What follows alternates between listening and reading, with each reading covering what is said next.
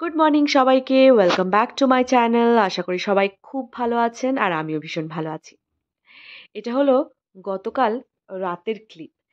খাওয়া দাওয়া সেরে সমস্ত বাসনপত্র ডিশ ওয়াশারে ঢোকানোর পরে আমার এই সমস্ত কাজগুলো থাকে।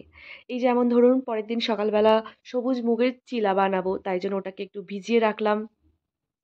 তারপরে কিছুটা কাঁচা লঙ্কা এনেছিলাম বেশি দিন একটু টাটকা থাকে। যমুনা স্টোর থেকে, ওই আগের ব্লগে আমি দেখিয়েছিলাম। তো ওগুলো তো শুকিয়ে যাবে যদি আমি বোটাটা না ছাড়িয়ে রাখি, তাই ওগুলোকে ছাড়িয়ে।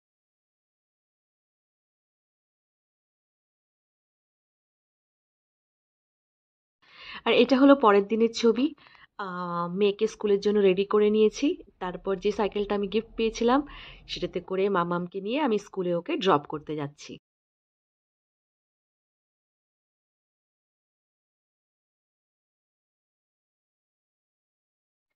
মেয়ের স্কুলে পৌঁছে গেছি। আর ওকে আজকে ছেড়ে থাকতে হবে 45 মিনিটসের জন্য, কারণ আজকে সেপারেশন টাইম হচ্ছে 45 মিনিটস। তো ওকে আমি কিন্ডারগার্ডেনে রেখি, পাশেই একটা গ্রোসারি স্টোর ছিল, তো ওখানে আমি চলে গেছিলাম। ইন্ডিয়া থেকে জার্মানিতে আসার পর এই প্রথমবার মামামকে 45 মিনিটসের জন্য ছেড়ে আমি আমি থাকবো।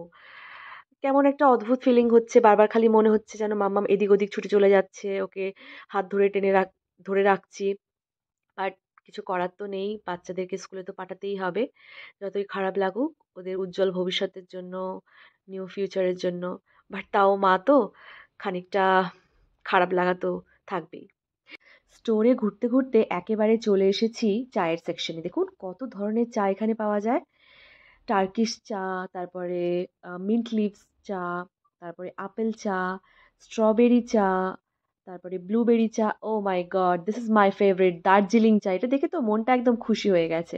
তারপর জবা ফুলের চা, তারপরে মশালা চা, তারপরে বিভিন্ন ধরনের চা। দেখুন না, এটা পুরো সেকশনটা পুরো একদম চায়ের জন্য।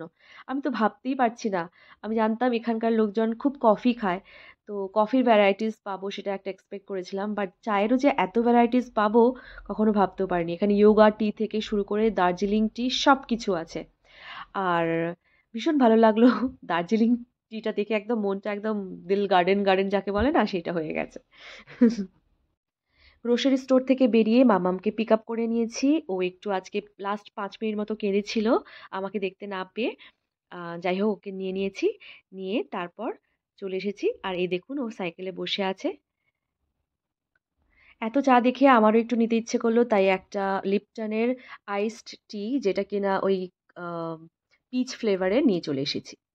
যাই হোক, আম, আসার পরে মামামকে ওটা একটু খুলে দিতে হয়েছিল, ও একটু খাচ্ছিল। তারপর মামামের জন্য যে লাঞ্চটা হয় সেটা বেড়ে নিয়েছি। স্নান করানোও হয়ে গেছে এর আগে ওকে।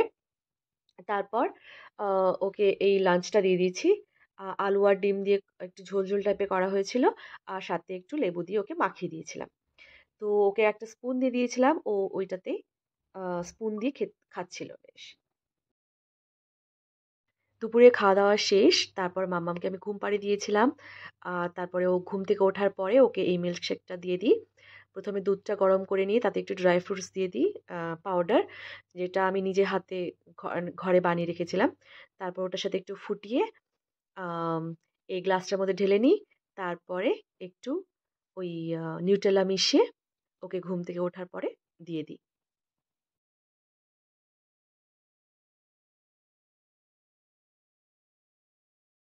কে খাবে এটা? মিল্কশেকটা কে যতক্ষণ খাবে? ঠান্ডা হচ্ছে ততক্ষণ মামামা একটু খেলছে আমার আমাকে সাথে। চুল। আর আজকের এই ব্লগটা আমি দেখি এখানেই আমার শেষ মাথাটা কি করলাম। হয়েছে? আপনাদের সাথে দেখা হবে নেক্সট একটা ব্লগে। আমার হেয়ার ফল হচ্ছে ততক্ষণের না। জন্য ভালো থাকবেন, সুস্থ থাকবেন। চলে আর এসো। আমার এই ব্লগটা কেমন লাগলো জানাবেন অবশ্যই। নে আর যদি ভালো লাগে মামাম, তাহলে একটা লাইক করবেন, শেয়ার নে নে করবেন, নে নে। সাবস্ক্রাইব করবেন। আর দেখা হচ্ছে কি নেক্সট একটা হলো? ব্লগে। ততক্ষণের জন্য টাটা। তুই কই খাবি যে নিউটেলা? দেখ আমি খেয়ে নিলাম নিউটেলা।